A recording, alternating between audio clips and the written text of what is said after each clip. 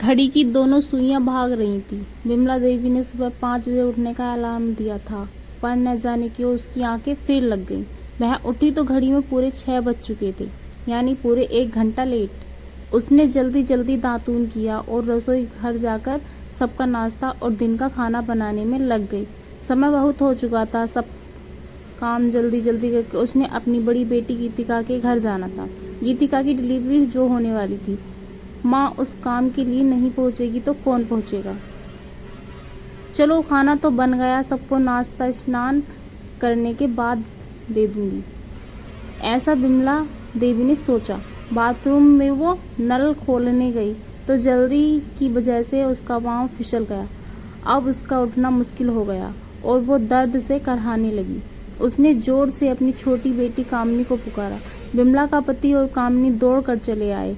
बड़ी मुश्किल से बाथरूम का दरवाज़ा खोला गया। बाद में वो उसे डॉक्टर के पास ले गए, जहाँ जाकर पता चला कि विमला देवी के एक पैर में फ्रैक्चर हो गया है।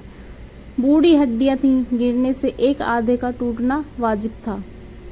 माँ को अपनी चिंता कम और बड़ी लड़की की डिलीवरी की चिंता ज़्यादा थी। वो लगातार भगवान को कोस रही थी कि ये सब इसी वक्त क्यों होना था। विमला देवी अपनी छोटी बेटी कामिनी के पीछे लग गई कि तुम अपनी बड़ी बहन गीतिका के पास उसकी डिलीवरी के लिए चले जाओ। ऐसे वक्त में छोटी सी भांजी तारा का भी ध्यान रखना। उम्र में कामिनी छोटी न थी, पूरे 20 बरस की हो चुकी थी। कामिनी माँ को ऐसे में छोड़कर जाने को तैयार न थी, लेकिन माँ ने यह समझाया कि उसके पास देखभाल के लिए कामिनी के पिता हैं। माँ की जिद और बहन की छोटी बच्ची तारा को ध्यान आते ही वह जाने के लिए राजी हो गई। कामिनी अपनी बहन के यहाँ पहुँच गई। 2-3 दिन बहुत खुशी के बीत गए। साली और जीजू में जमकर बातें की। वैसे भी वह इकलौती और छोटी साली थी, जिस वजह से उसकी अपने जीजू से बहुत बनती थी। आपस में हंसी मजाक भी खूब होता था। कमलेश बहुत अच्छा इंसान था। तारा भी मौसी के आने से बहुत खुश थी। 3 रोज बाद गीतिका को सवेरे 4 बजे अस्पताल जाना पड़ा। गीतिका के घर दूसरी गुड़िया ने जन्म लिया। परिवार में सब दूसरी बेटी हो जाने पर खुश थे। रात में कमलेश को घर आते आते देर हो गई। कमलेश मिठाई के साथ बहुत सा सामान लेकर आया। वो साथ में एक आइसक्रीम का छोटा फैमिली पैक भी ले आया था। तब तक तारा सो चुकी थी। कामिनी ने बड़ी मुश्किल से तारा को थोड़ा जगाकर आइसक्रीम खिलाई। बाद में जीजू और साली दोनों बिस्तर में ही बैठे बैठे हंसी मजाक करते हुए आइसक्रीम खाने लगे। थोड़ी सी बची हुई आइसक्रीम के लिए दोनों के बीच मजाक मजाक में छीना झपटी होने लगी। एक समय ऐसा आया कि कामिनी बिस्तर से नीचे लेट चुकी थी और कमलेश उसके ऊपर था, बिल्कुल ऊपर। अल्हड़ उम्र की कामिनी में अब जीजू को दूर करने की हिम्मत थी, न इच्छा।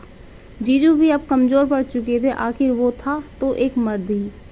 और बाद में उन दोनों के बीच जो हुआ वो बहुत शर्मनाक था। दीदी की छुट्टी मिलकर घर आ जाने के बाद कामिनी जल्दी ही अपने घर लौट आई। समय बीता। आज विमला देवी बहुत गुस्से में थी।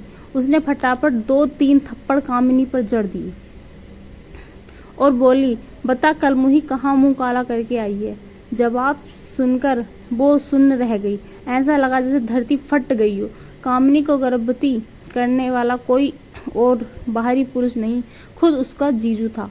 गीतिका और कमलेश दोनों को तुरंत बुलाया गया। गीतिका ने कमलेश से बहुत झगड़ा किया, लेकिन वह झगड़ा समस्या का हल नहीं था। समस्या का हल गर्भपात था, जिसके लिए कामिनी बिल्कुल राजी नहीं हुई। बहन की इच्छा और उसके होने वाले बच्चे के साथ रिश्ते को ध्यान में रखकर गीतिका ने हकीकत को गले लगाने की सोची। वो कमलेश को दोषी मान रही थी, लेकिन शायद उसकी सजा कामिनी के होने वाले बच्चे को नहीं दे सकती थी। वो उस बच्चे को पिता के नाम का हक भी नहीं छीनना चाहती थी। दोनों बहनों ने सोचा, ऐसे ही भी तो समुदाय है जहाँ सौतन मिलकर रहती है, फिर हम प्रेम पूर्वक क्यों नहीं रह सकती। दोनों बहनों ने मिलकर समाज के नियमों को चुनौती दे डाली और गीतिका अपनी बहन को कमलेश की दूसरी पत्नी के रूप में विवाह कर घर ले आई। साली आधी घरवाली होती है, यह कहावत तो सुनी रखी थी, पर साली दूसरी घरवाली बन जाए ऐसा तमाशा तो हकीकत में सुनकर अच्छा नहीं लगता। रिश्तेदारों ने संबंध तोड़े लिए, परिचित अब अपरिचित बनने लगे। तब अब वक्त आगे बढ़ने लगा। बहनों का जुनून कम न हुआ। वो दोनों सौतन बहनें अपने पति की खुशी में ही जीने लगी। उन तीनों को किसी पास पड़ोस या समाज वाले की परवाह न थी। वो अपनी जिंदगी में ही खुश थे। दोनों बहनों को अपने पति को बांटने में कोई संकोच न था। दोनों बहनें समझदारी से जी रही थी। बाद में कामिनी ने एक सुंदर लड़की को जन्म दिया। तीनों बच्चे अब बड़े होने लगे। अब गीतिका का बेटियों का कामिनी के बेटे के साथ अक्सर पिता को लेकर झगड़ा होने लगा। कामिनी का बेटा अब करीब 6 साल का हो चुका था।